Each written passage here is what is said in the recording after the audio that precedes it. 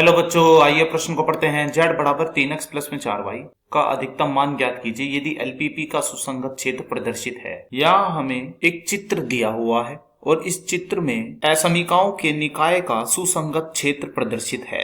पहली है यहाँ पर x प्लस 2y बराबर 76, दूसरी है यहाँ पर 2x प्लस y बराबर में 104। सबसे पहले हमें इस प्रश्न की मुख्य अवधारणा को समझना होगा। z क्या होता है? z होता है हमारे पास ax प्लस में by। इस z को कहा जाता है उद्देश्य फलन। यह उद्देश्य फलन किस प्रकार ज्ञात किया जाता है? इसे ज्ञात करने के लिए हमारे पास यहाँ पर x व y के मान होने चाहिए। सुसंगत क्षेत्र से जुड़े हुए जितने भी हमारे बिंदु होते हैं, अर्थात बिंदुओं के निर्देशांक होते हैं, उन सभी बिंदुओं के हम यहाँ पर z के मान ज्ञात करते हैं। मान लेते हैं कि हमारे पास यहाँ पर सुसंगत क्षेत्र दिखाया हुआ है, जैसे कि यह O, A, E, D। हम इन सब पे क्या करेंगे? Z के मान ज्ञात करेंगे। O पर भी, A पर भी, E पर भी और फिर आखिरी में हम यहाँ पर D पर भी। जिस पर भी हमारा Z का मान अधिकतम होगा, वही अधिकतम मान ही हमारा इस प्रश्न का उत्तर हो जाएगा। तो यह मुख्य अवधारणा का प्रयोग करते हुए हम अपने प्रश्न को हल करने की ओर चलते हैं। सबसे पहले हमें बिंदुओं के निर्देशांक को ज्ञात करना होगा। हम यहाँ सबसे पहले E के निर्देशांक ज्ञात करेंगे। E है इन दो रेखाओं का प्रतिच्छेद बिंदु। पहली रेखा है यहाँ पर x प्लस में 2y बराबर में 76 और दूसरी रेखा है यहाँ पर 2x प्लस में y बराबर में 104। हम क्या करते हैं, इसे मान लेते हैं समीकरण नंबर 1 और इस समीकरण 1 में हम 2 की गुणा कर देते हैं। तो यह हमने 2 की यहाँ गुणा कर दी और 2 की गुणा करके इसे मान लेते हैं यह है हमारी यहाँ पर समीकरण नंबर 2।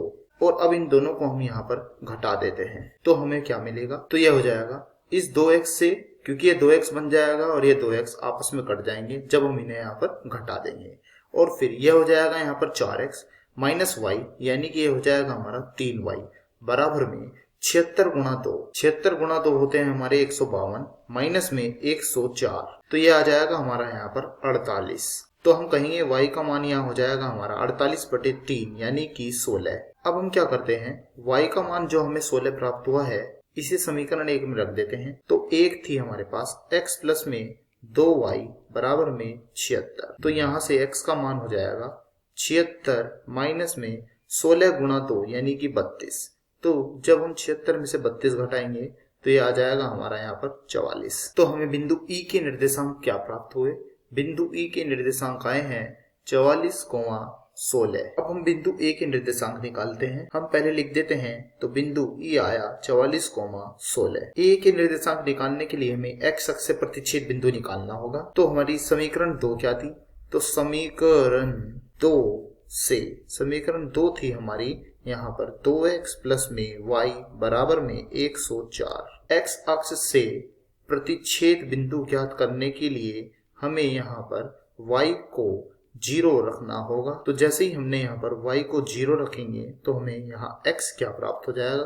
तो यहाँ पर हम बोलेंगे 2x बराबर में 104, अर्थात x का मान आया है 2 पंजे 10, 2 दूनी 4। तो हम बोलेंगे कि बिंदु A के जो हमें निर्देशांक प्राप्त हुए हैं वह है 52,0। तो लिख देते हैं वहां पर।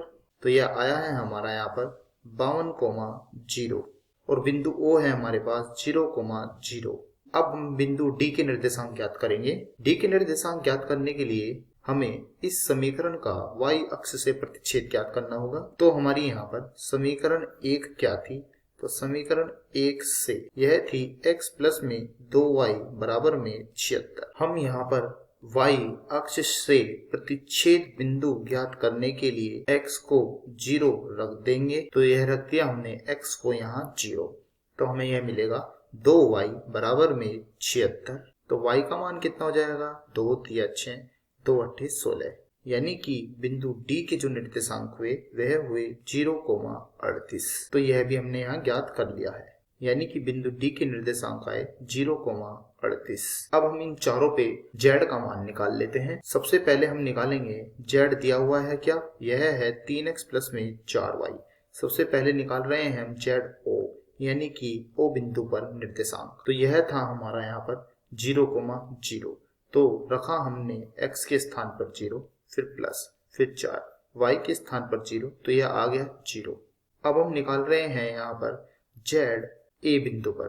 तो ए बिंदु के निर्देशांक थे 52,0, तो ये आ जाएगा हमारा 3 गुना 52 और फिर प्लस में 4 गुना 0, तो ये आ जाएगा 3 दूनी 6 और 3 पंजे 15 यानी कि 156। अब हम निकालते हैं जेड ई बिंदु पर। ई बिंदु के निर्देशांक क्या थे? यह थे 44,16, तो ये आ जाएगा हमारा यहाँ पर 3 गुना 44 और फिर प्लस में 4 गुना 16, तो 44 दिया, 3 चौक 12, 3 चौक 12 और 1 13 और प्लस में 4 गुणा 16 यानी कि 16 चौका 64, तो ये आ जाएगा हमारा यहाँ पर 4 और 2 यानी कि 6, 6 और 3 यानी कि 9 और 1। अब हम निकालते हैं जेड डी पर।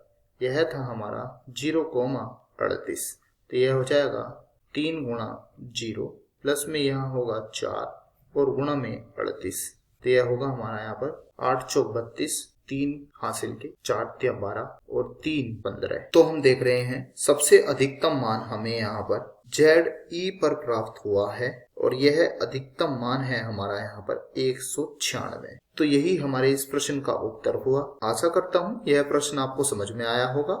धन्यवाद।